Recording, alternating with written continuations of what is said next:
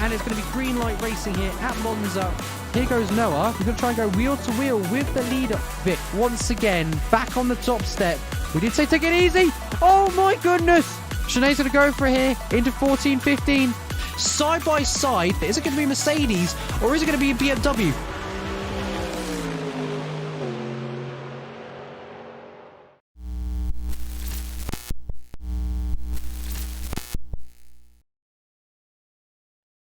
Well, hello everyone, and welcome to another round of racing here in Phoenix Sim Sport.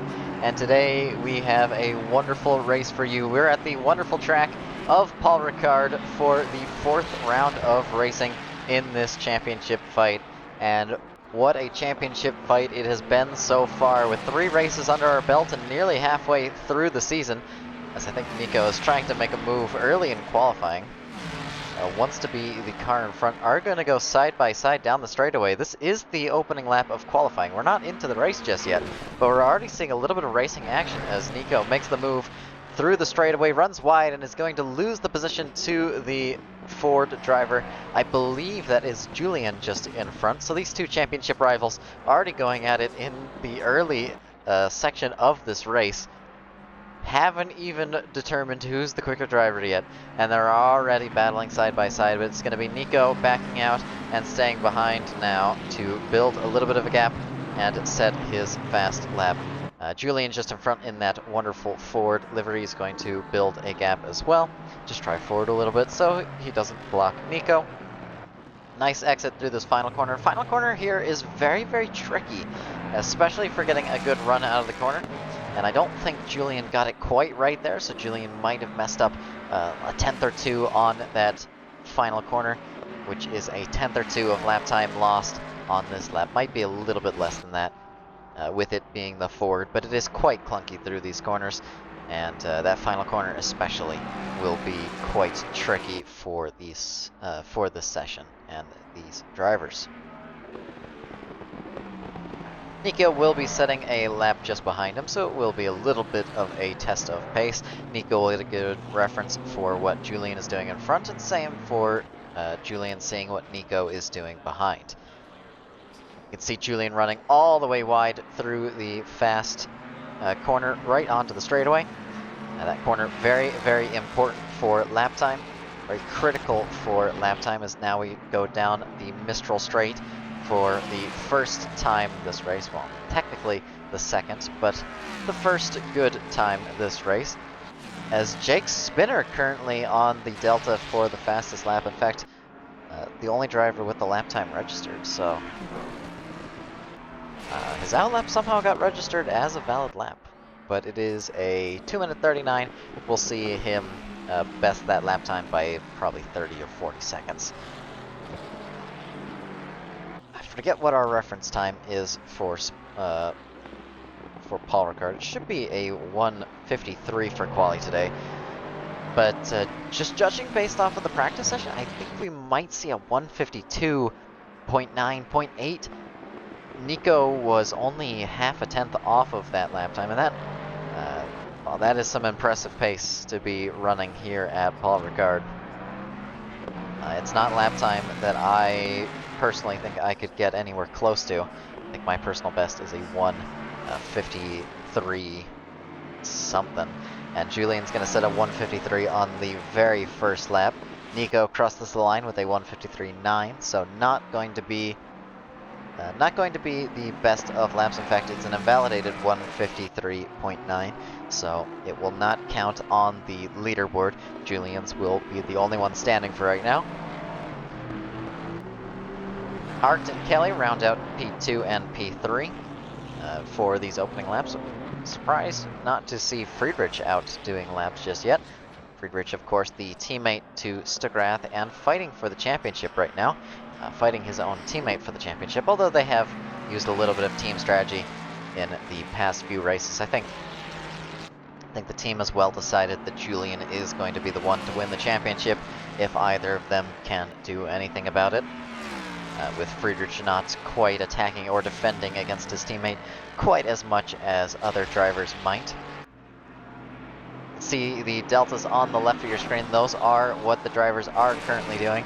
As Julian goes flying through the wonderful turn 8, probably the most difficult turn on the track, followed by turn 9. Of course, turn 8 also depends on what car you're driving.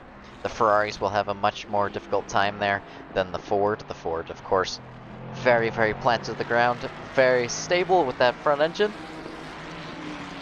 Some of the rear and mid-engine cars will get quite a bit of oversteer through turn 8.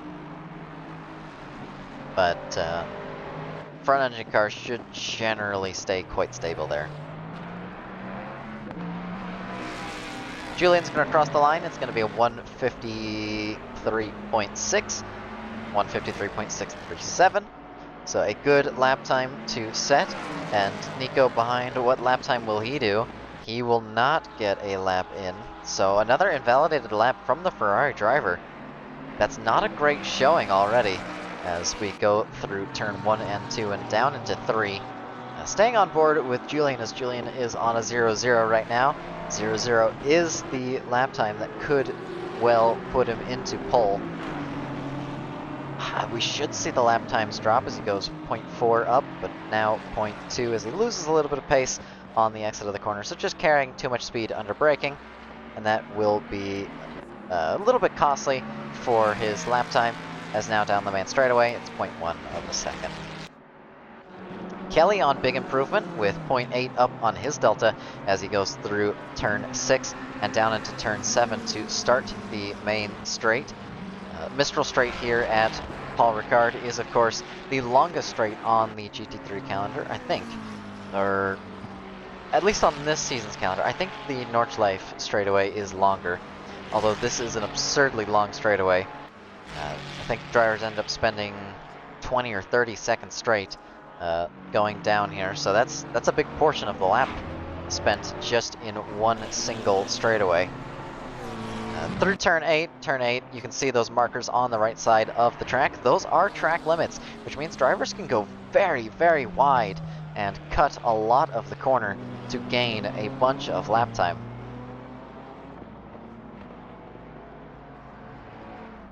Kelly through the sweeping turn 10 will gain quite a bit of lap time, and he will set himself up for a few positions if he can hold on to this.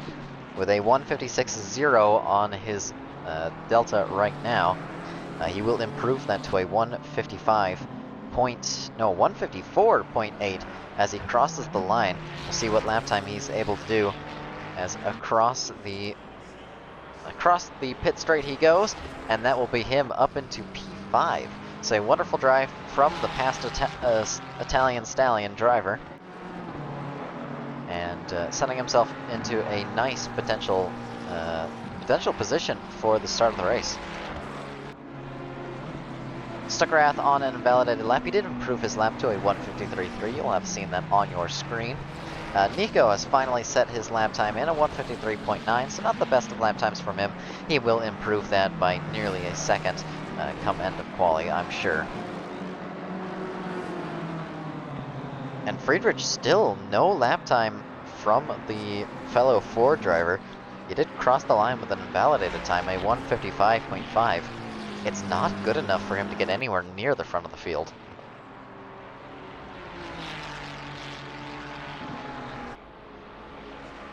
With Friedrich's lap time as it was with that invalidated lap, he would have been in P8 while he's currently fighting for P2, P1 in the championship. That's not where we expect to see this driver.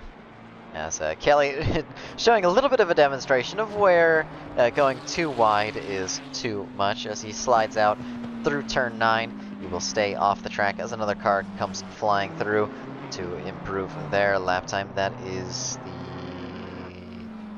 I don't know who that was. But it is definitely not the driver I thought it was. Ollie on improvement. No, not on... Ollie not on improvement. Ollie sets himself into P5 with his last lap time. Zach in P10 is up on his lap. So is Corey in P12. I think Corey is a brand new driver to the Phoenix Sim Sport grid. Don't think they have raced with us this season so far, and they're showing some decent pace here in P12, improving on their lap time right now as they go through the final section. Aston Martin, not the best car on this track, despite what it may look like.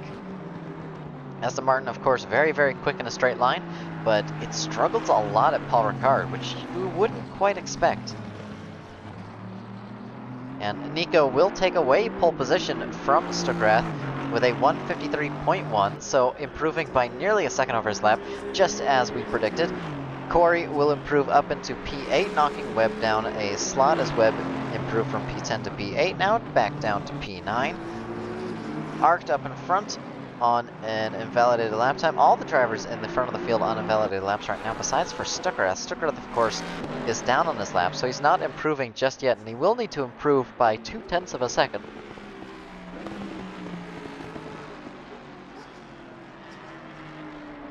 I think through this final sector you can see that he has the lap time.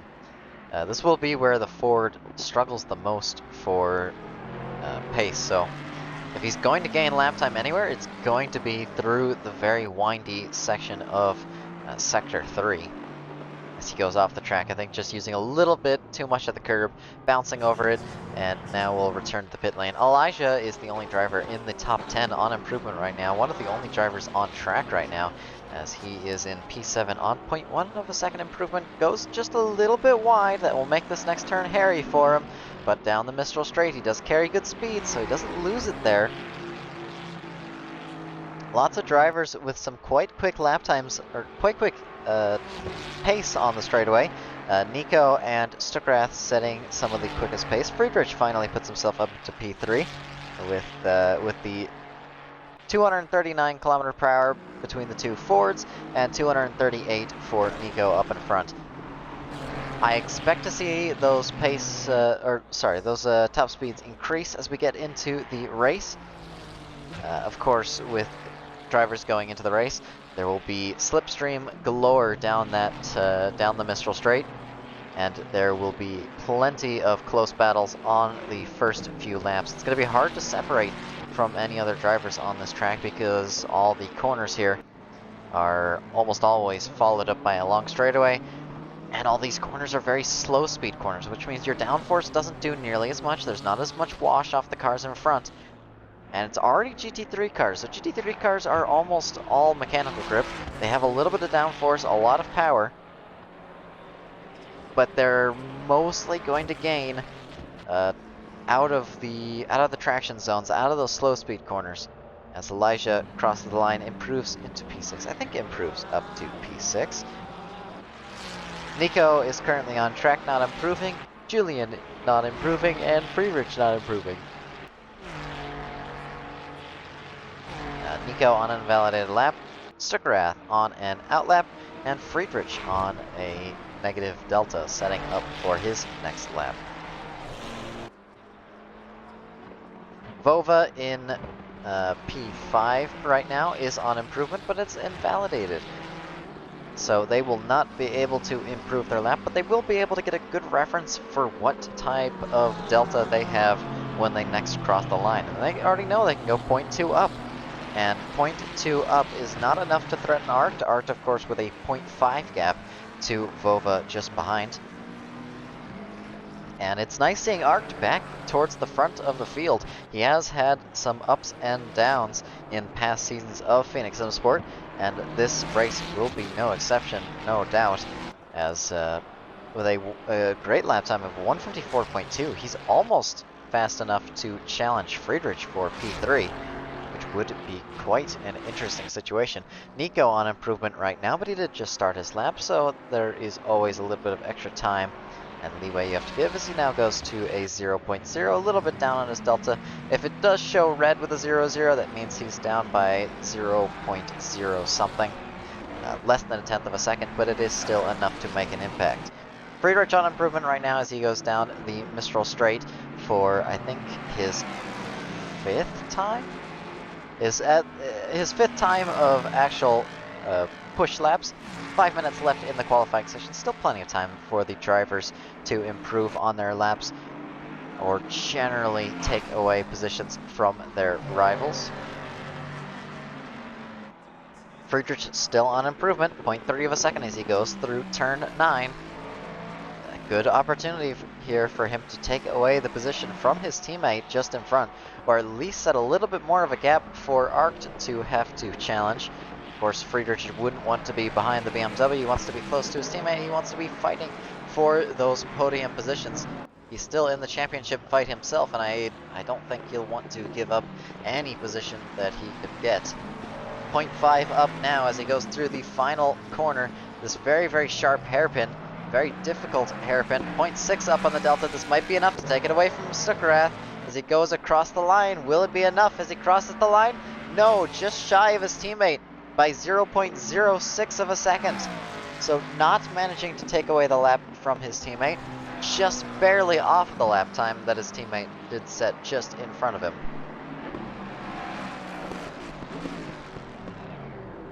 You can see on the left-hand side of your screen what those gaps are. Gaps very, very close at the front of the field, but towards the towards P4 and down, it's a second gap from the leader. So the front three all absolutely storming ahead with some wonderful lap times, and everyone else trying to catch up, pick up the scraps, and see what they can do about it. Arct is the closest driver to challenging for getting under that second mark, and he will be the third driver to get within a second of Nico this qualifying session, given that Nico does not improve. Nico was on improvement right there, but he did invalidate, so I think he just went a little bit deep into the braking zone.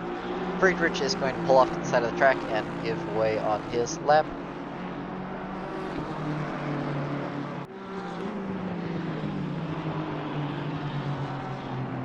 Arct is on 0.1 of a second improvement. He only needs 0.1 of a second to get within a second of Nico in front.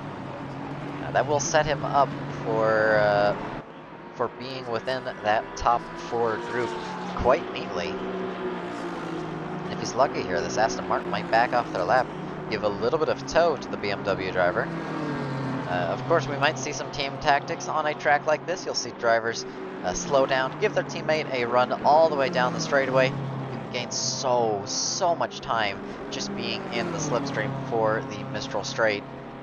It's probably 0.2, 0.3 of a second improvement, and with the gaps at the front of the field as they are, I wouldn't be surprised to see Julian and Friedrich trying something of that sort.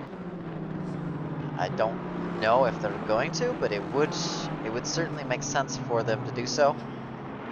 There is no rule in Phoenix prohibiting teammates from working together. Quite the opposite, really. Teammates are teammates for a reason, and they're there to help each other out in as much as they can. Racing in a team is very different to racing by yourself. A lot more tactics open up, a lot more opportunities open up, and there's some safety in having your teammate in front or behind you. Whether that be having someone reliable for you to trust, or someone to defend from the cars behind for you. Nico still on the personal best lap, the fastest lap of the session, as now it looks like Arct is going to fight the Aston Martin through the first turn, backs out of his lap, realizes that the Aston Martin is on a valid hot lap, and they do not need to give way. Of course, drivers are only required to give way to a faster car if they are not on a valid hot lap. So drivers who have invalidated or have gone significantly down on their delta will not be considered on a hot lap, and thus will need to give way to faster drivers lest they want to earn themselves a penalty.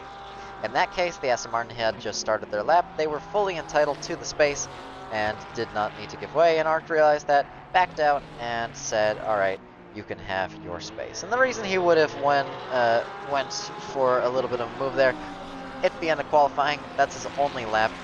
There's no opportunity for him to slow down and bridge the gap anymore, so that is Arct's qualifying session over. It was either get past the Aston Martin and continue his lap time, or give up and return to the pit lane, and he's chosen the latter of the two options. Nico across the line right now. This is going to be a wonderful lap time, a 152.9 if he crosses with this current delta, and it's a 152.8, a 152.862. That is a wonderful lap from the Ferrari driver, and that will almost certainly be pole position. Stuckrath is nowhere near challenging that. Friedrich is in the pit lane right now. It's 0 seconds on the clock. Stuckrath would need a miracle out of this final corner, or out of these final few corners. No, he's in the first sector, so he could still potentially take away the lap time from Nico, but that is a tall order to beat. He needs 0.4 of a second up on his personal best in order to beat the Ferrari's lap time. 152.8 is an absolutely phenomenal lap. That's nearing enough the best lap we've seen here in Phoenix Sim Sport. In fact, I think that is the best lap we've seen here in Phoenix Sim Sport for Paul Ricard. I don't think anyone's going to be able to challenge for that, but it's not over just yet. Stuckrath does go through turn 9 with 0 seconds on his timer. He can still gain 0.4 in this final sector. This final sector is the critical sector. If he made a mistake here on his good lap, he can still improve by those 0.4. It's difficult, but it is possible. And unfortunately for Arct in P4, he's just gotten knocked down to P5 as Vova improves on their lap time and goes into P4. So Arct was looking very safe. Now not looking so safe. The drivers behind not improving, so it will be only Julian improving as they cross the line. 0 seconds on the clock, and it will not be enough for them to take away pole position. You can see the gaps on the left-hand side of the screen, and it's an absolutely phenomenal lap from Nico to take pole position here for Paul Ricard. There's no challenging that sort of lap time. As trying to find the right camera. We'll get there eventually. There we go. Yeah, so absolutely phenomenal lap. You're not going to see anyone beating that sort of a lap time in this session. But we'll be in a brief intermission between the races, or between the sessions, as we roll over to the quali session, or over to the race session, sorry, and drivers get themselves prepared for the formation lap.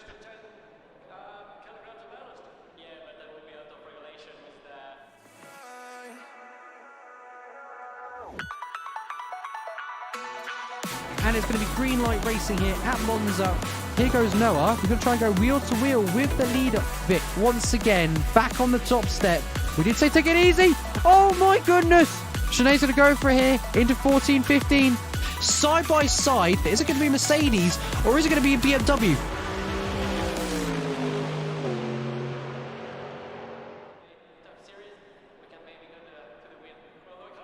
Well, we are here on the grid waiting for the formation lap to start. We're going to go through the current running order for the drivers right now. We are on board with Nico in P1 in that number 24 Ferrari, taking pole position with the best lap of the quali session, easily the best lap of the quali session. So we expect big things from him, but it's going to be a test of skill. 60 minutes of racing lie ahead of us, and that's plenty of time for drivers behind to get antsy, to make moves, and he's got 2 Fords behind him. Julian in P2 in the Ford, Mustang GT3, very, very quick on the straight, the quickest car on the straightaway for today, which means this car will get a mega run down the Mistral straight and potentially be able to make the overtake with very little effort. Friedrich in P3 will be joining his teammate on the front of the grid, just 1 row behind. Drivers will start side by side, 1st and 2nd, 3rd and 4th, 5th and 6th, and going down the list, or 4th and 5th, no, 5th and 6th, yes.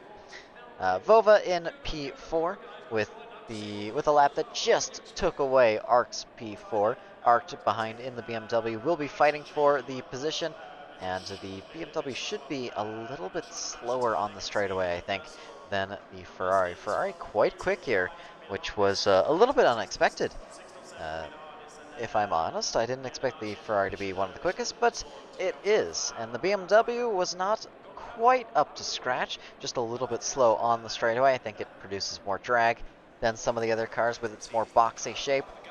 It has a lot of power out of the corners though, and a lot of torque, which will mean it accelerates quite good here at Paul Ricard, but it won't have the top speed of the other cars. Ferrari in P6, that is Elijah Melwin in the number 40 with some very, very bright green tires. I think those will be quite easy to notice while they are out on track. I believe this is a custom livery, but I could be mistaken. It's a quite simple livery, but it's a nice one. Oliver Flynn in P7 in the number 95 Aston Martin. That is a custom livery, and it is synced up properly for this race. It was synced up last race as well. A very nice livery, and a pleasure to see it on track. Kelly in P8 with the number 91 Ferrari. Just a default livery that they made in-game. Nothing too extravagant, nice and simple. P9 for Wabi in the number 95 Rusty's McLaren. A beautiful livery and one we always look forward to seeing. Ivanov in P10 with the number 50 Lamborghini in, I don't actually know what their team name is, but I do know that the livery does look quite nice. It's quite simple, and simple is always good to see. Wilson in P11 with the number 673 Porsche. We are getting ready to start the formation lap. The engines have been started. Yeah, Maverick, you're not on track today. That is a real shame. As car gets sent to the Shadow Realm, so that'll be Wilson disconnecting before the race starts. It is. So that's a very strange. No, Wilson's still there. Okay, so we got sent to the shadows. This is a very strange thing. But this is Tudier in P12 in the number 16 McLaren, and just getting started with the formation lap in that Ryzen livery. Very, very nice. Corey in the number 240 in P13 in the Aston Martin. Nice green livery, nice simple livery, nothing too fancy, and some very neon wheels. I'm surprised those aren't custom, but you can't make custom wheels in ACC as much as I wish you could. The BMW trying desperately to get themselves into shot is John in the number 555 BMW, rounding out the top 15. Of course, points go all the way down to P20, so plenty of positions available for drivers to score. Coco in in P16 in the number 231. The Espondent McLaren. I'm trying to figure out the team name. I think it's something Espondent. That is their title sponsor. I could be mistaken though. Oster in the number 444 Aston Martin. Lots of Aston Martins on the grid today, and they will be all struggling just a little bit. Jake Spinner in P18 with a wonderful 757 Motorsport livery. The pink and blue always looks nice together, and this is no exception. P19 for Kiri in the Fox Hunt Porsche. The wonderful Fox Hunt Porsche made by Thonder. Wonderful livery, and one of the best liveries that we've seen here in Phoenix Sim Sport. In P20, rounding out the points finishers, or the points positions, is the Black Falcon Mercedes, the number 44, driven by Maxim. I think it's Maxim. Thonder himself in P21 in the number 10 Fox Hunt Porsche. Rick in the Ford in P22. Chinmay in P23. Jonas in P24. P25 for Jax. And P26 for Jaden, who did serve a quali ban this race, so they were not allowed to qualify this session, which means they are starting dead last and have a lot of work to do to push forward through the field. We're going to go back on board with Nico for the start of this race. Formation lap is coming to a close. Drivers will go side by side any minute now as we go through the final sector to start the fourth round of racing here at Phoenix SimSport. It should be a great race today. I expect to see a lot of action on turn 1 and a lot of action through the first lap. Of course, turn 1 here, Paul Ricard, can be quite tricky. We might see an incident. And if we do see an incident, there is a potential for a red flag, which would mean drivers would go back to the formation lap. Everything would restart, and drivers would start the race all over again, with the offending drivers starting in the pit lane. So that would be quite tragic for those drivers, as we get a nice shot and go green, green, green, and away we go. It's side by side for Julian and Nico as they go down into turn 1. Julian with the better launch is going to get the better of Nico potentially, but he has the outside line for the first corner that turns to the inside line for the second corner, but it's going to be too little too late as Nico takes P1, and now it's going to be Julian and Friedrich side by side, no, not side by side, but bumper to bumper, going down into what is turn 3, and technically turn 4, although it is essentially connected to turn 3 in one sweeping section. 0.8 of a second might be enough for Nico to be safe on the straightaway as Julian just messes up through that little series of corners, and that's going to put his teammate on the back foot. As now Friedrich under threat from Vova just behind. Vova will get a good run here on the back of the Ford. You can see on board just how quickly they are going, as 0.4 of a second, no, 0.5. So Friedrich with the better exit will hold that position, now getting a huge run on his teammate just in front. Will he go for the move down the inside, or will he stay behind and give his teammate a little bit of a bump? It is going to be him staying behind, but not giving the bump. Just a little bit too late for him to bump draft his teammate. Stuckrath runs wide. I think he may have cut the track there. Is there a DT for Julian? I don't actually get to see it. It is a DT for Julian.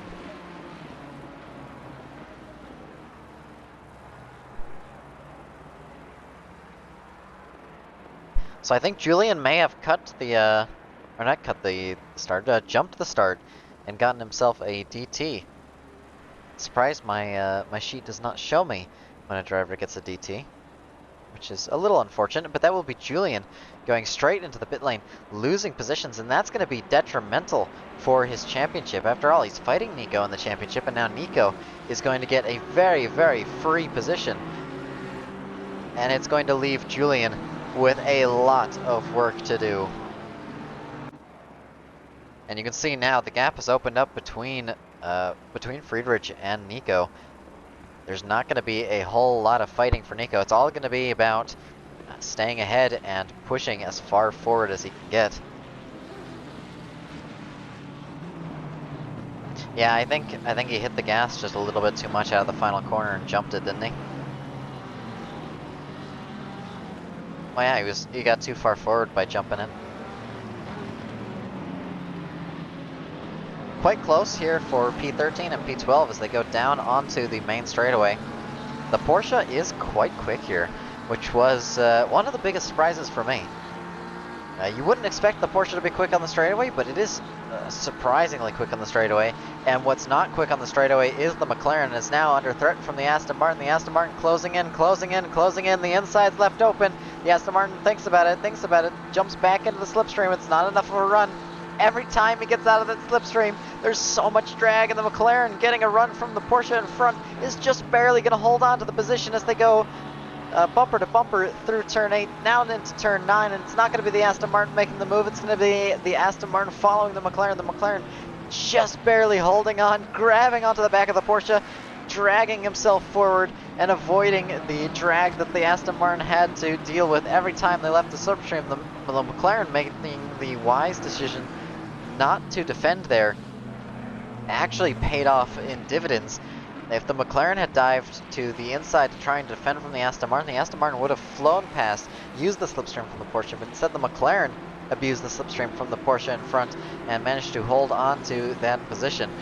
So a great little show of where being thoughtful while driving can really make an impact.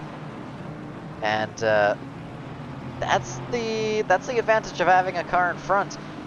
It's not always about overtaking the car in front. Sometimes just having a little bit of extra speed can help a car like the McLaren that isn't good on the straightaways compete with other cars that are much, much quicker on the straightaway.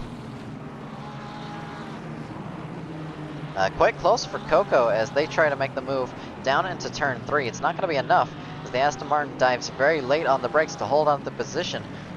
Is it going to be worth it though as they go down onto the straightaway? It's now going to be Coco getting the run on the Aston Martin. It's going to be the opposite of what we saw before, with now the McLaren on the attacking. Different drivers this time around, as now Corey is going to make the overtake on another McLaren. So Webby losing the position, losing P8 to Corey, and Corey promoting themselves up into P8. I think Corey started down in like P12 when this race began.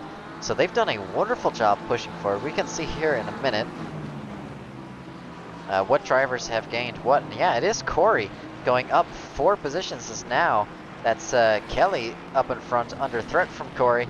Corey looks for the move around the outside. Kelly did just make the overtake. I think Corey made a mistake while I wasn't paying any attention. Kelly will have dropped back a little bit, I think. No, he has stayed exactly where he started. Corey has gone up 4 positions. Sean behind has gone up 4 positions. Webby down 2. Spinner up 6. Oster up 4. And it's the best lap from Nico as they cross the line, so making sure that that gap stays nice and healthy. But what gap isn't nice and healthy is Kelly with the Aston Martin behind. The Aston Martin has that inside line through turn 1, side by side now. The Aston Martin nearly ahead as they go into the corner. It's going to be a late braking from the Ferrari driver who just slots in front. It's almost contact between the two of them. Almost contact again as the Aston Martin goes over the curb. It's a bad exit for the Ferrari. And side by side still, Kelly tries to close the door, but the Aston Martin's there. So side by side yet again. And now down into turn 3, the Aston Martin has that outside line. It's going to turn to the inside for the next corner. Side by side, the Aston Martin going to back out just a little bit. Kelly late on the brakes. The BMW is going to dive down the inside, thinks better of it. And now onto the straightaway. It's Kelly under threat from the Aston Martin. The gap is incredibly close between the pair of them as they nearly made contact through the first little section. It's going to be very, very close down the main straight, and the Aston Martin is no doubt going to get a run. It's going to be Kelly having to defend. He's not going to get given any other choice, and he's going to get passed by the Aston Martin on the straightaway with no effort at all. So Kelly will have to slot back in behind, but we're only halfway down the straightaway. It's not over for the Ferrari driver just yet. He might get a run down the latter half of the straightaway, as now Kelly on the attacking and the Aston Martin on the defending foot. It's going to be a late dive from the Ferrari driver. No, the Ferrari slides just a little bit on that inside line, tries to stay close to the Aston Martin, make the move through turn 9, through turn 10. Very late on the brakes from the Ferrari driver, closing in. He's going to dive down the inside, side by side through turn 9, and it's a wonderful battle. The BMW under threat from Webby behind, and that's Kelly taking the position back from Corey. And now the BMW closing in on the pair, fighting in front. Almost contact between the BMW and the Aston Martin, as the BMW just a little bit late on the brakes. Very, very close battling between all of the drivers here, and it's going to be Webby making a mega dive down the inside. And what a move as he takes away the position from the BMW of John with a wonderful block pass. Very, very confident under braking, especially through the hairpin corner. And that's going to be Webby with the phenomenal overtake. One of the best overtakes of the day, no doubt. Now it's Corey trying to make the move on Kelly yet again. Kelly wising up to the Aston Martin's plot and defending that inside line. And what a battle that was between all 4 of these drivers. Aston Martin now trying yet again to close that gap, get a good run down the straightaway. Webby's going to run wide. That's going to give John a little bit of a run behind. It's going to close the gaps on all of these drivers. I think Kelly is a little bit on the back foot right now, shaken up by the Aston Martin's attempts, and under pressure, he is losing a little bit of pace to all of the drivers behind, and that's going to close the gap between all 4 of them. A little bit slow from the other from the group behind as they lose time to Kelly down the main straight.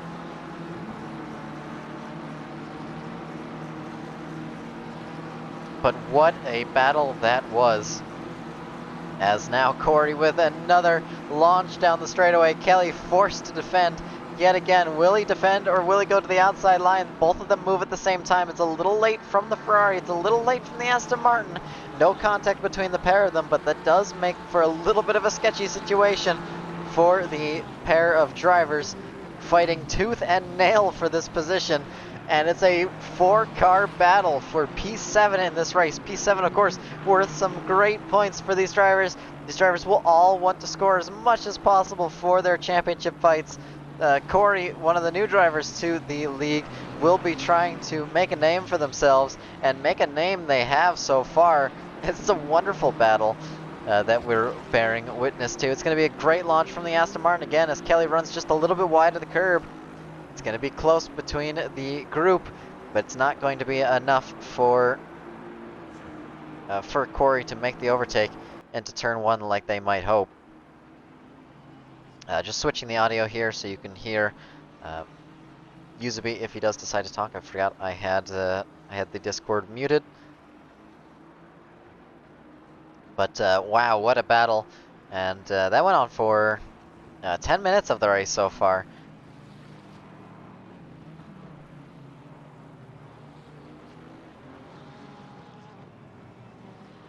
It's not over just yet either. Very close between the group as Arc makes a mistake in P4, losing time to Elijah. Elijah's going to get a good run down the straightaway. Not on board with that, but we will click over if I see that gap closing in.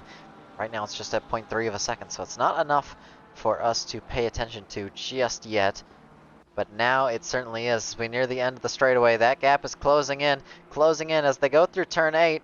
The BMW with a better line through turn 8 now, going into the braking zone of turn 9. The Ferrari should be able to brake much later here. The Ferrari, of course, one of the best braking cars in the game, will be able to get stopped a lot quicker than a BMW can, and that does open up some opportunities for some risky maneuvers. You'll see a lot of Ferrari drivers being able to make moves that other drivers just wouldn't be able to make, although we did see Webby with a very late dive with a car that doesn't have quite the best brakes, so it's all about confidence here at Paul Ricard with these braking zones, because a lot of them are done while steering. And that favors some of the mid to rear engine cars. You'll see Porsches being able to make a lot of dives here, despite not having the straight line speed to close in quite as much as they would need to. Stuttgart makes the overtake to Tudier, and that will move them up into P17. They are on a recovery drive right now, so we expect to see some good overtakes here, as that will be Thondir giving way. Thondir does not want to fight with Julian, and that is the wise decision, but that will put Thondir under threat from the McLaren behind as Tudier closes in. 0.6 of a second, 0.5 as they go down into the hairpin. It's Nico in P1 leading ahead of Friedrich, ahead of Vova for our top 3, and that's going to be really bad for Julian in this championship.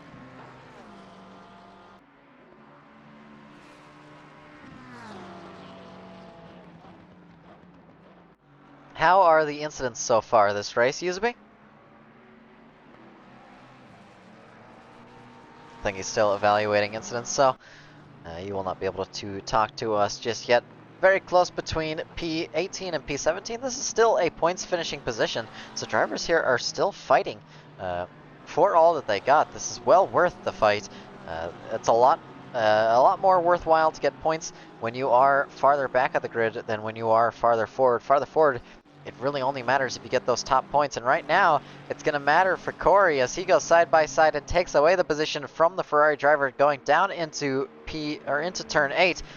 Kelly might go for a late dive here, but no, just backs out of the move and stays behind for now. Spinner very close behind Ozdir for P13.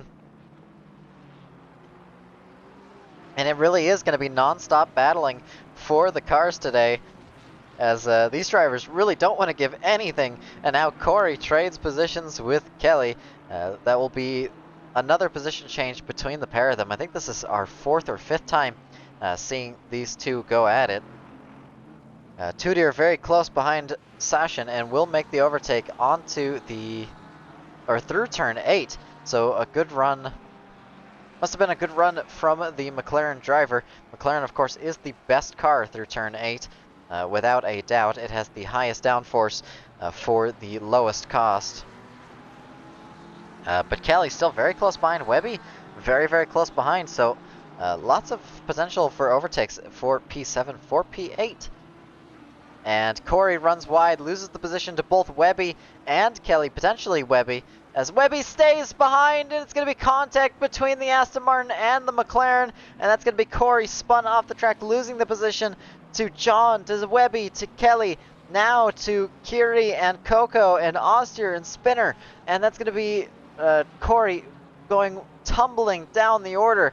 Very unfortunate incident between the pair of them, and now that's Kelly with, certainly breathing a breath of fresh air, breath of relief, as now a lot of his pressure has been taken away.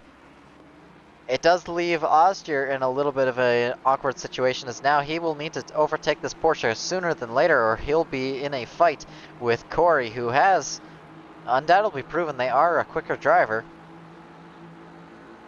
They are further down the road after all, but it's going to be Ostier making the position before the end of the straightaway. The Porsche just not getting a good run out of that final corner, and the Porsche not having the speed on the straight. Webby trying to make the move on Kelly for P7. He will be antsy to get a move on, not knowing if he's going to get the penalty or not. And if Webby does get that penalty, he will need to set a sufficient gap to Kelly behind if he does want to hold on to that position and not just have it provisional. Spinner very, very close behind Ostier, with Corey closing in, and Corey closing in a second of lap time already in a single lap. So a second faster, you may well see Spinner give way, or at least not fight nearly as much with the Aston Martin, as the Aston Martin sticks their nose down the inside, gets a little bit squeamish, and backs out of the move. Tries to make a run down the main straightaway. It's going to be Spinner with a little bit of a squirrely exit with the Porsche, but it's going to be enough for him to set a gap. Of course, there's nothing wrong with being a little bit slippery on exit when you're driving a Porsche. When you're driving that rear-engine Porsche,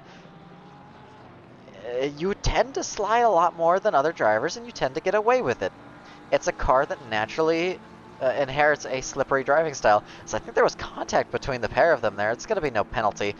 Neither driver had any issue with it, but it's just showing how close Corey is willing to get, and Corey is certainly pushing right now to recover from their unfortunate circumstance. But not to be overlooked, you see that Ford just behind. That is Stuckerath, who's also on a recovery drive.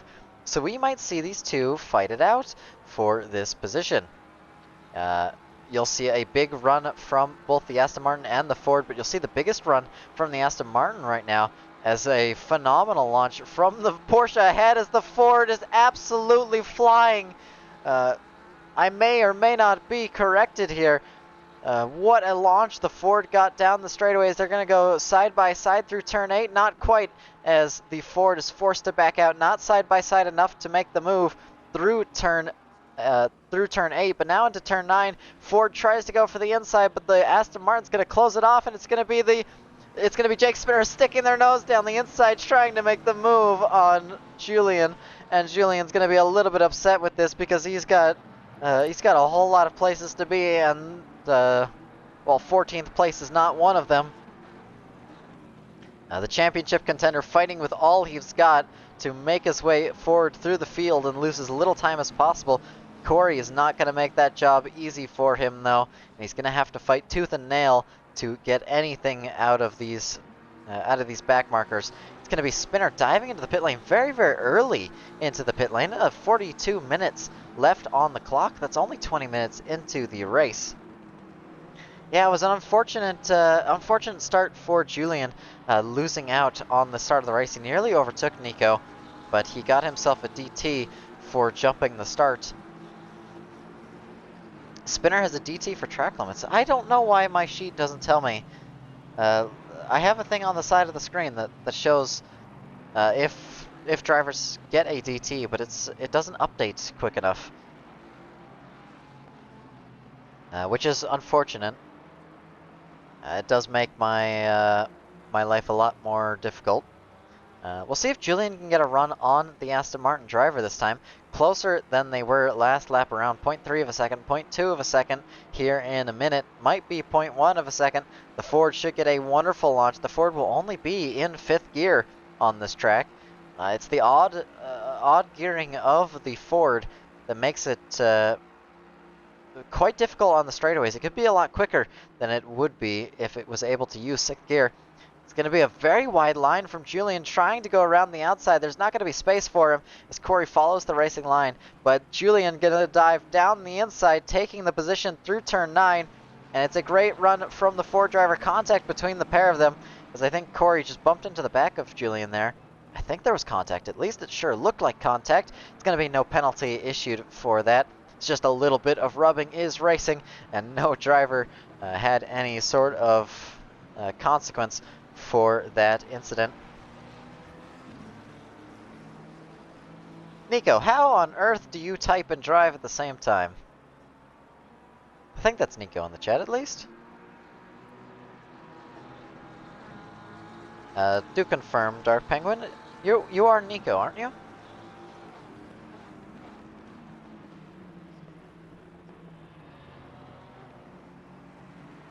So Julian trying to make his next move on the Aston Martin just in front. Yeah, that is Nico in the chat. So Nico currently leading this race. So confident, in fact, that he's leading this race that he's talking with us in the stream chat. So giving us a little bit of insight into what's going on track, more so than well, then he probably should. He should be paying attention to where he's going.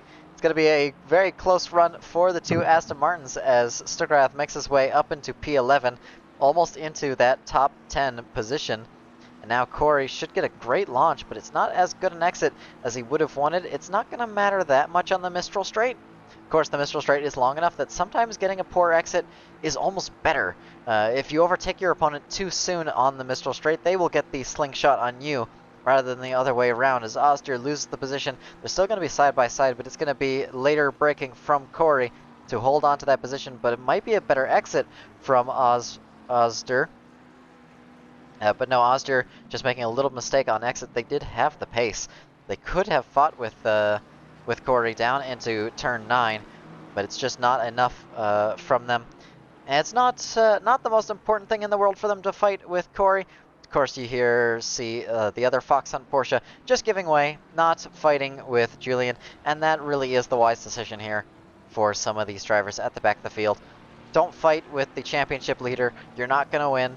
You're not going to gain any time. You're going to lose time. You're going to lose positions. And Kiri has other things to worry about. Now, Kiri isn't under threat from Corey behind, and that's because he let Julian by nice and smooth instead of fighting. If he had fought with Julian, he's going to lose the position to Julian. He's going to lose a lot of time to Corey and potentially give way to Corey accidentally by losing the position to Julian. Nico is saying the sun is quite bad. We can go on board with Julian and see what exactly he means. Right now, that sun is quite low in the sky. It's not low enough to be a problem just yet, I don't think, but it will start to get lower and lower as this race goes on, because I believe this is a sunset race. That does mean drivers will have to contend with the sun in their eyes. They do have, I think at least GT3s have polarized windows, so they're not as bad as they could be. But it is still going to play an impact into what drivers can see and what drivers can't. I'm pretty sure racing cars pretty much have sunglasses built into the window. That polarization does help. I think ACC over-exaggerates the sun just a little bit compared to what it would be in the actual car. But we're all for a little bit of stylization for a video game. Of course, ACC is a video game, but it is trying to be as close to real life as it can be. And it gets pretty close. As Kiri does lose the position to the Aston Martin on the straightaway. Rather expected from the straight lane speed difference between the pair of them. What we do expect to see is maybe a dive here from Kiri. Although Kiri doesn't have entirely the most reason to fight with the Aston Martin just yet. Aston Martin, of course, is a driver still on a recovery drive, so Kiri will know that they're supposed to be a little bit quicker, and Kiri won't want to waste too much time fighting. And that's pretty much what we're going to see from the Fox Hunt Porsche as they stay behind and just abuse the slipstream much as possible. White flag for Kelly, I think. Strange thing to pop up on my screen, but Kelly has stayed pretty stable, pretty safe from John behind now, as I think John has fallen back. Might have been a mistake from the BMW driver, or potentially an incident between the pair of drivers. I don't actually know for certain. I have nothing on my sheet that says the 555 was involved in any incident.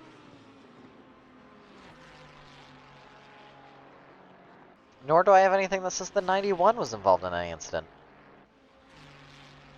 You're going to start to see some drivers pitting for tires, pitting for fuel. I did forget to set the pit stops on the screen. We might be able to still set it. We'll see if it registers properly. No, it doesn't register properly. I might be able to fix that by going into here.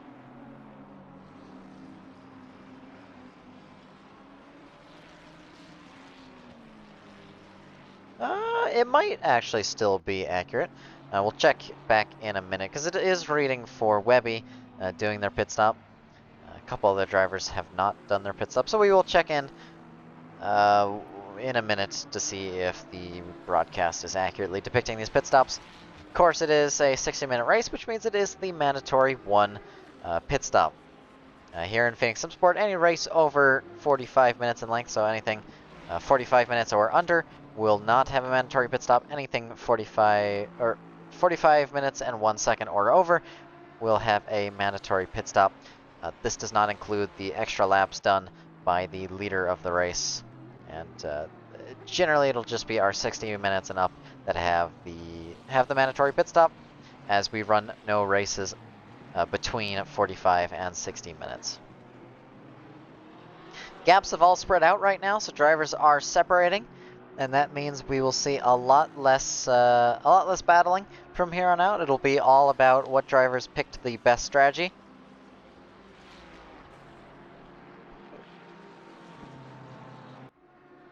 And that's not always a bad thing. As you can see on the left-hand side of the screen, Webby did serve his pit stop. Webby was in P8, which does mean Kelly sort of has to get a move on here. If Webby is driving faster laps than Kelly, that will mean that Kelly is under threat from Webby behind. And Webby's doing 55.3, Kelly's doing 55.4. It's not enough from the Ferrari driver.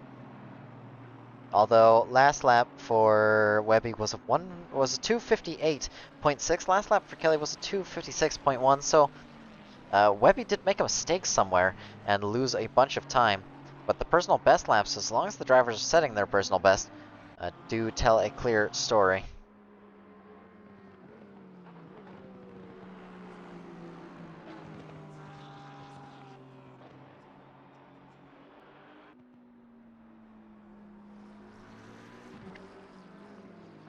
Just on board with Wilson right now. Wilson is the closest to overtaking any driver on track, with 0.8 of a second separating him and Joe Viper. Joe Viper, teammate to Ollie in the similar livery, just a different color on the same livery. So marking the team by pattern rather than by color.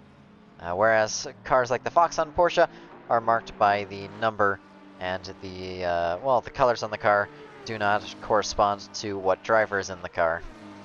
I'm personally a fan of liveries that correspond different colors to different drivers, but everyone has their own taste in liveries, and every team will run it a little bit different, as Coco now runs it down the inside and takes away P19 from Jax.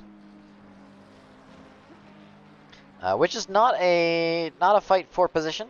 Jax has not served his pit stop, and that means he will still need to pit at least once this race. That means Coco does not want to waste any time fighting with Jax behind, as, they're technically fighting for position, but technically not fighting for position. Obviously, if you still have a pit stop to serve, you're going to be down about 30, 40, maybe 50 seconds at a track like Paul Ricard. I think it's 54, 55 seconds for the pit stops today. given the time it takes to go through the pit lane. Paul Ricard doesn't have the longest of pit lanes, but it doesn't have the shortest of pit lanes, and the stops are quite awkward here at Paul Ricard. Quite bouncy at Paul Ricard. It's a little awkward to get in and out of the pit lane in a quick manner. Not the best designed pit lane in the game, that's for certain. I think some of the modeling could have been done better. Of course, these are GT3 cars. They do have GT3 suspension, which does mean that they can take a lot of curb. It's not like a Formula car where you're going to be striking a curb and destroying your front splitter, destroying your front wing, demolishing the undercarriage of the car. ACC doesn't simulate undercarriage damage at all, so drivers can potentially even just run over sausage curbs without any issue. As I think we just watched the McLaren jump on the straightaway, which is not exactly what you'd like to see. I think we see the McLaren's front nose lifted up a little bit. So I think Coco running a very rear-heavy setup. Interesting to see that in the McLaren. The McLaren should be running quite a nose-happy setup here at Paul Ricard.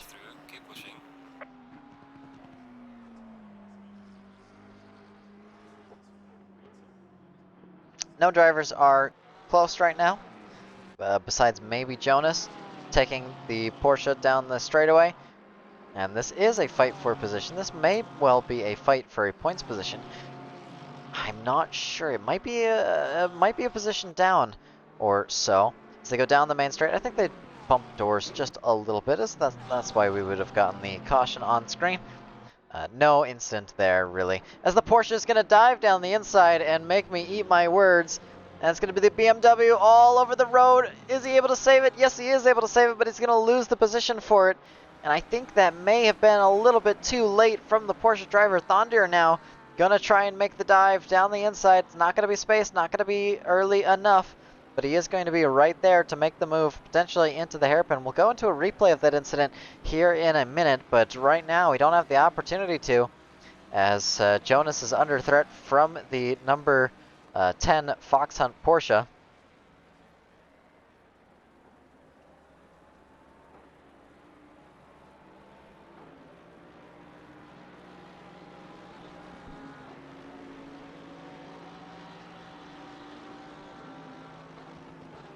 And we were talking about the pit stops before. Kelly has served his pit stop, and he is safe from the drivers behind. So his pit stop strategy worked out just fine for him, as that's the... Oh, that's a very, very close rejoining. Mercedes driver nearly collides with the back of the Porsche, and it's getting quite scrappy here at the back of the field. Side by side for P9, and that's Oliver Flynn in P8 just ahead, taking the position away from Chinmay. I think taking the position away from Chinmay. Yeah, he may have been in that position before we clicked over. Yellow flag for Elijah up ahead. I think that's just them making a small mistake through the first turn. No, it's them exiting the pit lane and just being a little bit slow on pit exit. That's all fine and dandy. Thondir in P23, still fighting for that position. It's going to be the Mercedes getting a huge run down the straightaway. This could be the overtake for the Mercedes driver, who did go off the track and lose the position. The Fox Hunt Porsche leaves plenty of space to the inside line and holds onto the position with a great run around the outside. And now he will try to close that gap to the BMW just in front again. And we'll finally go back and look at that incident with the number 11. I think I can go back and find it. I would hope. As no, this is not the incident. Certainly not the incident, because we are just watching a car exit the pit lane. This will confirm what we're seeing the yellow flag for in that first sector. It's just because the drivers are exiting the pit lane. It gets marked as invalidated, and because they're invalidated and slow off of the track, it does get marked as... Oh, it's going to be the BMW coming across on the Porsche, I think. And the BMW crashing into the back of the other Porsche. So absolute chaos here at the back of the field, and now the Fox Hunt Porsche trying to rejoins into the path of the 757 Motorsport Porsche, who just got taken out, and it's going to be both Porsches losing out in a huge way to the to Jonas in that P20 or in that number 11 BMW. And if we can't see that on replay, that would be an absolute travesty. But it's not showing up for me. So it's not recording the replays for me, but we will go back a minute to look at that. As we see Viper closing in on the straightaway, he'll likely make the move, but I just need to see that first incident yet again, as this was a horrible, horrible crash. So Spinner comes across a little bit, but then the BMW drives the rest of the way, and that's going to be on the BMW for causing that collision. Then late braking takes out the Fox Hunt Porsche along with it. Fox Hunt Porsche tries to rejoin, a little bit unsafe, but still space left for the other cars. And it's a really unfortunate incident as Joe Viper stays behind on the straightaway, just following behind Thondir.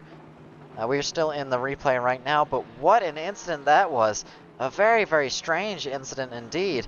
And that BMW is going to get a huge, huge penalty for that collision. Stewards will definitely have a stern talking to with him after the racing event has ended. I just wonder how much damage is on the back of those Porsches now. That collision will have hurt them both in the short and long term. As not only did they get spun out, but now they have an incredible amount of damage to the back of their cars and the side of their cars. We can go on board and see if their steering is even still pointed in the correct direction. And I think somehow they've gotten away with it. Go on board with Spinner, and his steering is also pointed in the right direction, so both of the Porsches getting away unscathed for the most part. You can see the damage to the back of that Porsche leaving quite the mark. The damage to both of those Porsches leaving quite the mark, but neither driver has suffered anything in excess of what they would normally suffer.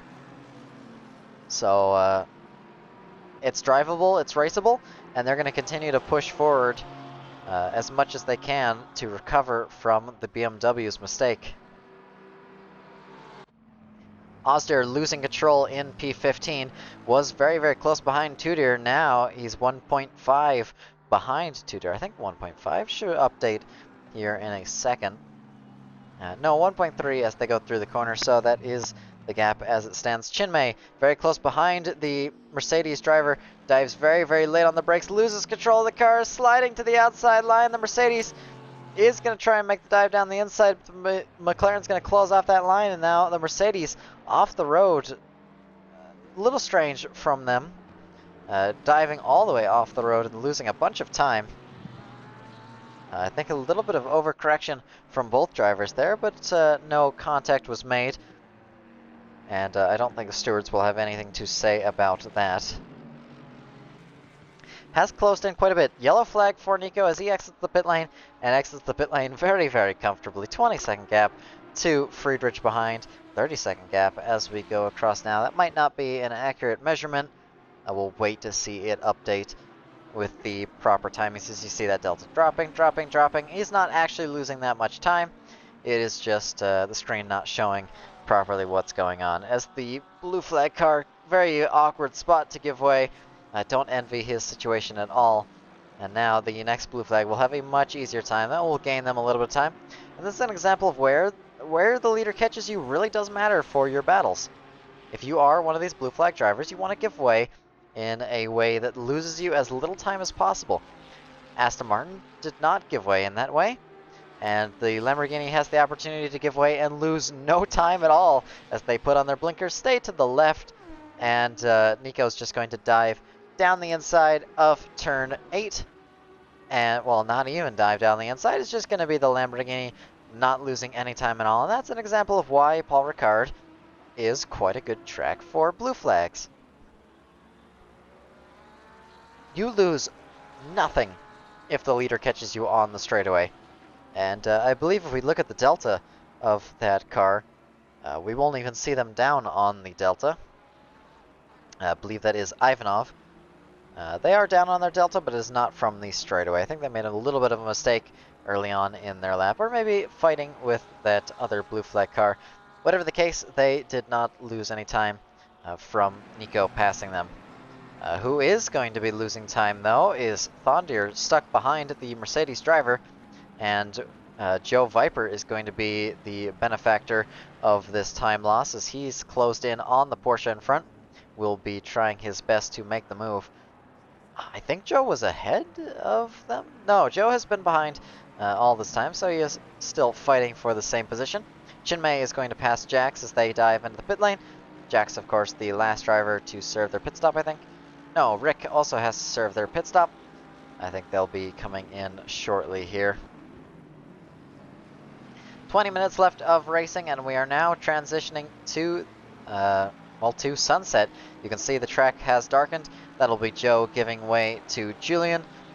That is Julian up into P6, so a wonderful recovery drive from the Ford driver, who is still going to score points for their championship, still going to be able to push forward. They're going to have a harder and harder time the farther forward in the field you get. Corey's going to make the overtake on the BMW of John into turn 12, so I think a little bit of a dive down into the hairpin. It's going to be very close between them on exit down into turn 1. So it's not over just yet for the BMW driver, but he will have to stay behind just for a little bit, as he will not be able to make the move down into turn 1. I think we'll see the move here shortly. No, I think it was a mistake from John losing the position, because that's definitely not John's car. But that is John's car, so a livery loading improperly on our screen or something of that sort, because that's certainly not the well, not the same livery that we saw in the actual footage, but that is John's car. So you can see here he's in a blue BMW, but there he was in a completely different livery. So ACC doing something funny with the replays and trying its best to make our situation all the more confusing. But we won't fall for the trickery. We know who is who.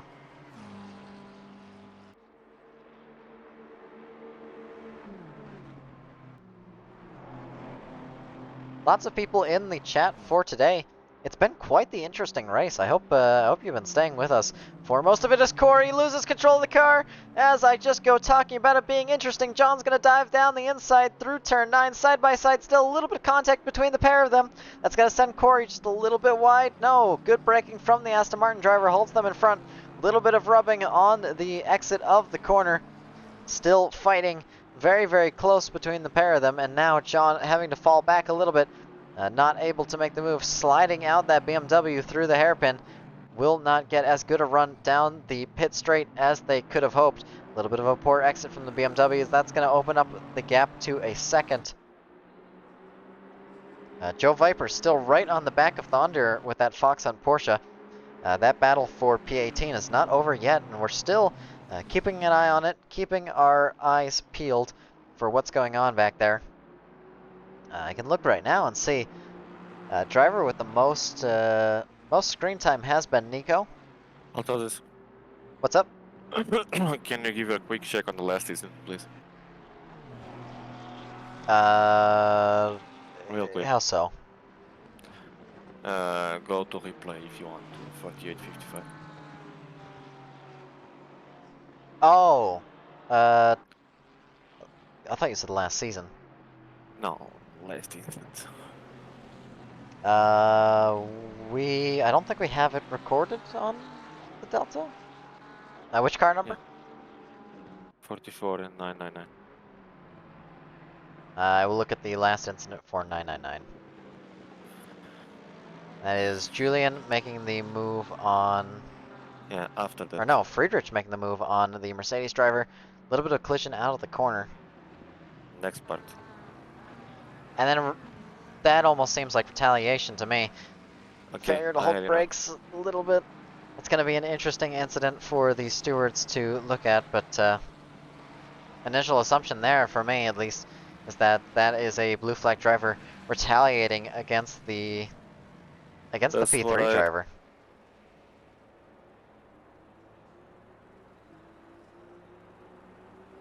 It is ultimately for stewards to decide. I'm not stewarding right now. I am commentating, so In the second opinion. I give my best opinion on the incident, but I am not perfect. Don't have the best of cameras. Of course, we are watching from the Helicam TV cams. When we go do any incident review in ACC, we have a top-down camera that we use, much like the one we're seeing right now, except much more stable, connected to the cars, and not off to the side like the helicopter cam is. But this is our best view of what's going on track here in the broadcasting booth. And now onto the straightaway. Let's see what type of a run the Ferrari can get on the Aston Martin as we go on board with Kelly. See if he's able to make this overtake or if he's stuck staying behind for now. 6th gear for the Ferrari. There's nothing more he can do on the gears. It's all going to be the straight line speed, the steering, and the run down the straightaway. Is he going to be close enough? But by the time that they reach the corner, they're going to go side by side. It's going to be a late dive from the Ferrari driver, a later dive from the Aston Martin as they swing around the outside, cut the track almost on exit, but they hold on to the position just about. And it's very, very close between the pair of them. Kelly trying his best to make the move, bumper to bumper with the Aston Martin, nearly pushing him out of the corner.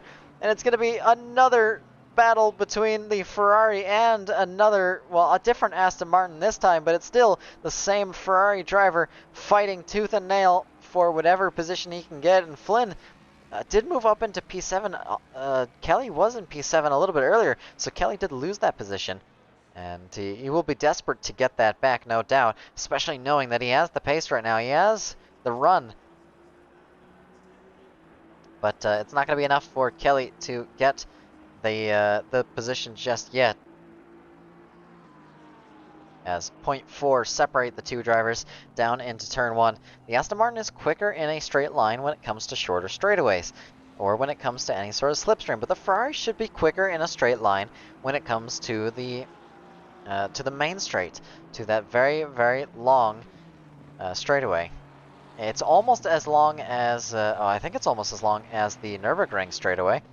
Nürburgring 24-hour has the longest straightaway of any GT3 track in the world. I am almost certain about that fact. With, I think, 40 or maybe even 50 seconds of straightaway at the N24. We only have 30 or 40 seconds of straightaway here. I finally catch up. You can almost count it as you go down the main straight. Kelly not going to be able to get the run. 0.8 behind. It's going to be a little bit of a run, but it's not going to be enough to get side by side. He'll have to be really brave if he wants to make the move down into turn 8. And I just don't think he's going to get the run out of the corner just before the Mistral Straight in order to make this overtake. Especially when the Aston Martin keeps getting those really good lines through turn 8 that just carry so much speed. And I don't think the Ferrari has the confidence there. Just the car itself isn't able to stay as planted as that front-engined Aston Martin can. Is it going today? Oh, it's been non-stop action today. We've seen there's pretty much always been a battle going on, and we still have a little bit of a battle. It's sort of leveled out, but it's not over yet. And especially as we watch Friedrich close that gap.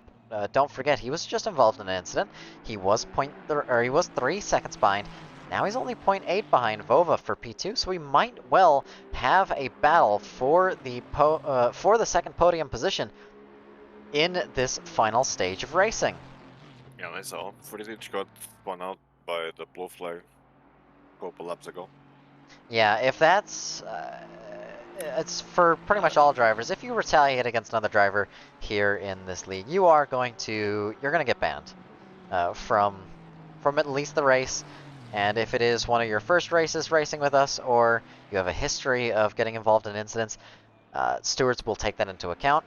Of course, retaliation is that one type of penalty that we take more serious than anything else on track. If you're going to retaliate against a driver, we're going to look at your history, we're going to look at your license, we're going to look at some of the past races you've done. If we have any information from out of the league, from in the league, all of that goes into whatever decision the stewards make when it comes to retaliatory action. Tricky day for Julian and Lucas. Yeah, both drivers, both of the teammates struggling a lot with just some unfortunate circumstances. Kelly's finally going to make the move down the Mistral Straight, side by side with the Aston Martin. Is it going to be a better launch from the Aston Martin driver? No, it's not as good a launch as they were getting in the previous few laps. Now they're going to try and dive down the inside. It's not going to be space for them as they drift just a little bit wide, and Kelly holds a nice, consistent line. Oliver suffocating, losing the position to Kelly and dropping back into P8. I think Oliver is still far, far up on his starting position, so he'll be very, very happy with a P8, no doubt.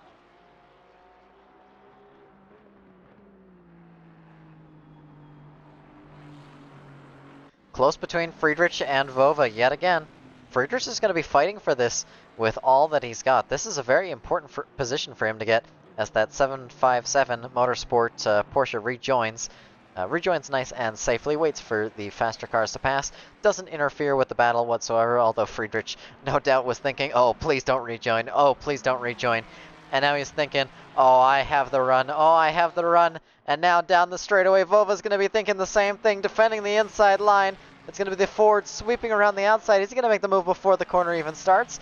He may well, but the Ferrari getting a better launch, and side by side they go, 0 seconds separating them as they go down into into turn 8, and it's going to be Friedrich taking back the position from Vova, but it's still close between them. And the Ferrari is the closest section for the drivers to make a move. Julian side by side with the Ferrari for P5, 0 seconds separating them again. It's another Ferrari losing out on that straightaway. The Ford, just the quicker car in that slipstream. The other Ford behind of I think that's Melwin, getting a good launch. No, that is a blue flagged Ford driver. Because Melwin is of course the Ferrari who just got overtaken. So now Vova and Elijah both will be chasing down the teammates through this final sector. The sector is the Ferrari strong suit compared to the Ford. It's not necessarily going to be so easy to run away. Stuckrath is going to show us though that the Ford is absolutely capable of running away. And speaking from experience, how is the Ferrari to drive at a track like this? Yuzubin? No, sorry. Yeah, how is the Ferrari at a track like this? A little bit tricky, to be honest. It's not one of the best, neither one of the worst tracks. It's just Sector 1, let's say it's the most tricky one, with the slowest corners on the game. I'd imagine the Ferrari struggles a little bit with the high-speed corners, just given you have to run a lower wing. I learned with time that it depends on your setup, how you set up the car. On the Ferrari, unfortunately, there is no middle term for the setup. Basically, you can just set it up for the high speeds or low speeds. So I would say that the most ideal setup will be setting it up for the high speed corners of the end of Sector 2 and Sector 3.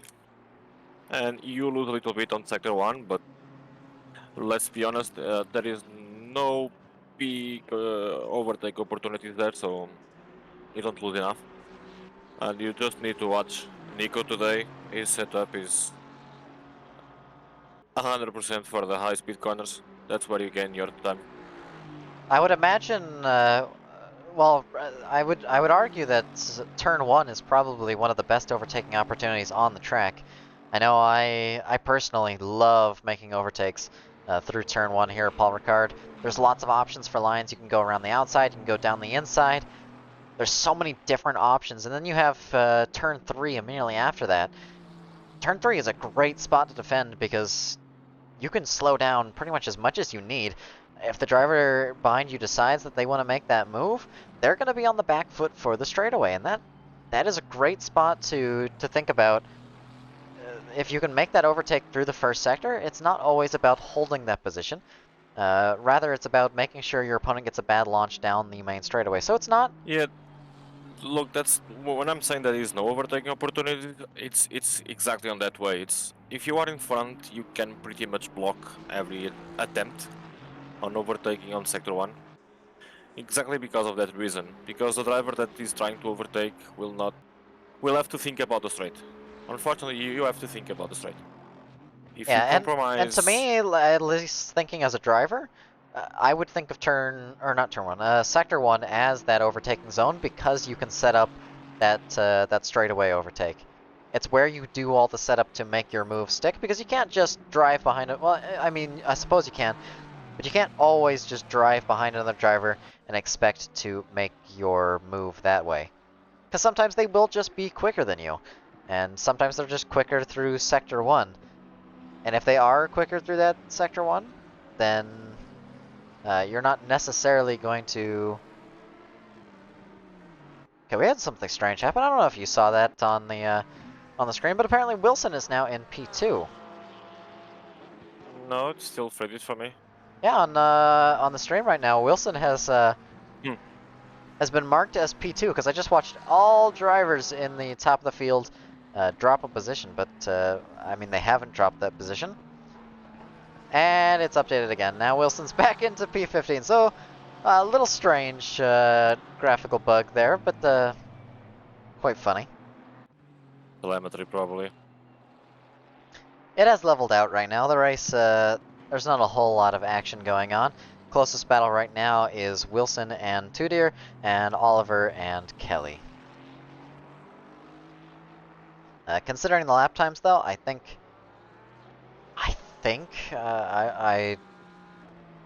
I speak with caution, not to curse the drivers, but I think Kelly will hold onto his position, and I think Tudir will hold onto his position.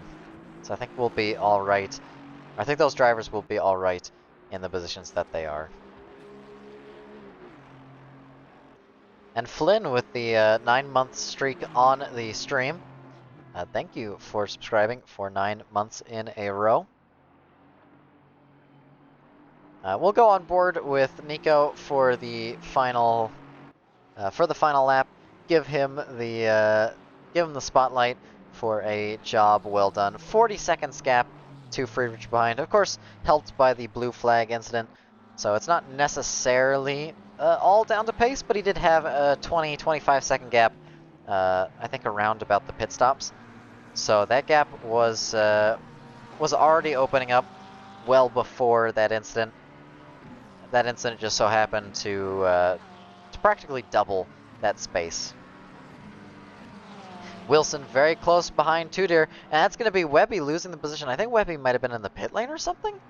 Very strange incident there. Yeah, Webby with the drive-through. And those drive-throughs will be adding up from track limits here. Paul Ricard, of course, you don't think of it about it very much, but that the track limits, and that's Webby very late on the brakes, colliding with Wilson.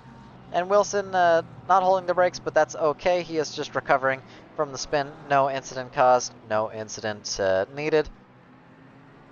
That's a big incident between the pair of them. I think Webby just got a little over-ambitious with the pace difference. Didn't quite account for the fact that now he's stuck in P16. He's not in, what was, I think, P12, P11, where he was before. So there's not as much opportunity for him. Somehow, Wilson has ended up right behind another car, and this will now be Oster in that Aston Martin. And speaking from experience, being behind an Aston Martin on a track like this with a car that has no straight line speed, that's going to be painful. You can make as many runs down the straights as you want. You're still going to get stuck behind that top speed of the Aston Martin. But I don't think that's what we're seeing here. I think judging by the speed that we've seen, the Porsche is actually quicker than the Aston Martin on the straightaway, and he's going to dive down the inside, make the overtake. I think there was a little bit of contact on exit, but there will be no incident there, as Wilson just taps the front end of the Aston Martin. He already had the move done by that point, so it's not a bump and pass, and Oster really isn't going to suffer any consequence from a small little nudge to the front of the car. Of course, Stewart's rule incidents based off of the consequence of the collision, not so much about the collision itself. There are exceptions to the rule, of course, when it comes to these incidents, but for the most part, it will generally be more lenient when it comes down to incidents that have no consequence. On board with Nico for the final lap of the race. His best lap this race was a 52.97, and he is currently up on that lap. 52.9 was his quali lap, so he's setting quali pace for our final lap of racing. And I really shouldn't expect anything less from Nico. You can see how stable and planted the Ferrari is through this final corner. He will cut on the exit, gain a little bit of lap time, a little bit of cheeky lap time, take his warning. This may well be the final lap. It may not be the final lap. Down, losing a little bit of time through the exit of turn 9. Turn 10, it is okay. Loses lap time on the exit yet again. So just carrying in too much speed and having to delay his throttle input. Late dive into the hairpin of turn 12, and turn 13 will be a nice smooth exit from the Ferrari driver. I wouldn't be surprised if he slows down and waits for the timer. But as we cross the line, there is 20 seconds remaining, and it's not going to be enough for him to slow down. So it is the final lap of racing for Nico, currently in P1. This is the standings as it is right now. We'll go and show the positions changed, if I can.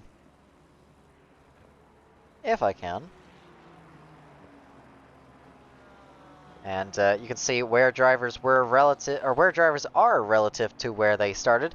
Nico started in P1. He has ended in P1 and set himself up with a 46-second gap. So even if he spun out 2 times in a row, 3 times in a row, he'd still hold on to this P1 position. Friedrich in P2, recovered back to P2 and has gone up a position. So has Vova just behind. Vova qualified P4 and gained the position when Stuckrad served their drive-through. Arct, same story for him. He's P4 with a quali position of P5. Stuckrad down 3 positions. That will cost him in this championship fight. Of course, Nico is going to score big championship points here, and Nico wasn't present for the last race of the season. Not last race of the season, but last race this season so far. But Stuckrad will not be present for one of the future races. So it sort of levels out between the competitors. I don't think Friedrich will be present for that race either. Elijah has stayed where he was. Kelly has gained a position. Oliver has lost a position. Corey has gained 4 positions. John has gained 4 positions, but he will lose a lot of positions with his penalties, potentially even dropping back further than 4 places. Kerry will move up a position with the penalties and will finish 9 places ahead of where they started. Coco may well gain 5 positions, but they are up 4 right now. Tudir up or down 1 position. Wilson down 3. Ozdir up 2. And that's going to be Nico across the line to take P1 of the Paul Ricard round of racing. No matter what happens now, he will not lose this position, and it's a wonderful run from the Ferrari driver. And well, he will give us a little bit of donuts, no doubt. Stuckrad very, very close behind Arct, so it's not over just yet. There's still potential for an overtake as they go through turn 9. The race might be over for Nico, but it's not over for Julian, and Julian will hopefully will hopefully make this move clean if he does make this move at all.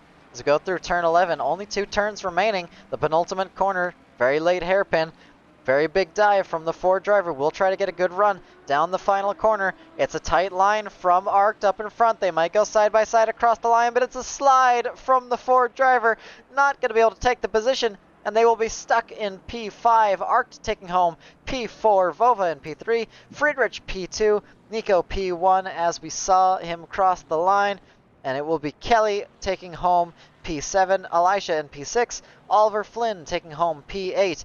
Not over just yet. No, is over for P13 with Coco. So Julian with a very disappointing race result today, no doubt, will be a little bit frustrated that he wasn't able to make up the position on that last lap. That would have been huge for his championship fight. There's a little graphical bug there. I think ACC is rendering the ground texture onto the cars, as you see Nico with a nice blue Ferrari. Very odd indeed, very odd indeed. As we definitely don't need to go onto that camera. I'll make everyone sick if I do that. But what a round of racing we have had here today. That will be Nico taking P1, Friedrich in P2, Vova in P3, followed by all the other drivers. So our podium positions a little shaken up by some of the incidents today. And it was a great race to witness. Action all the way throughout. I don't think we had a single moment of the race where it properly leveled out. All the way to the end, all the way to the line, we had a fight. And that will be the end results of this race. I don't think Nico's thinking much about the tires. He's got an extra set from the race that he didn't attend. Might as well burn some rubber. But we will go ahead and close off the stream. Thank you, everyone, for joining us. I hope you'll be here with us for tomorrow's endurance race, streamed at the same space. We'll be streaming much earlier.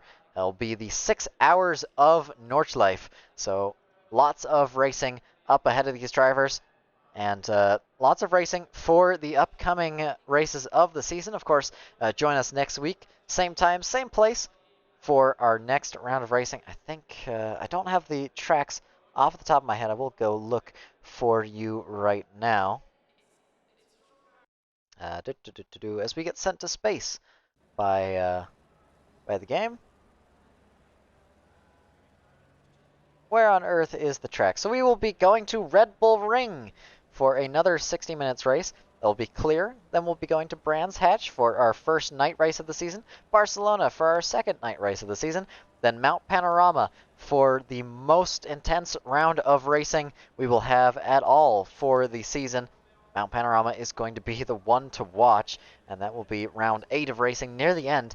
Stormy night race at the most difficult track on the calendar, and then Kyalami for the 2-hour season finale. I hope you'll join us for that, but without further ado, have a wonderful day, and we'll see you on the next one.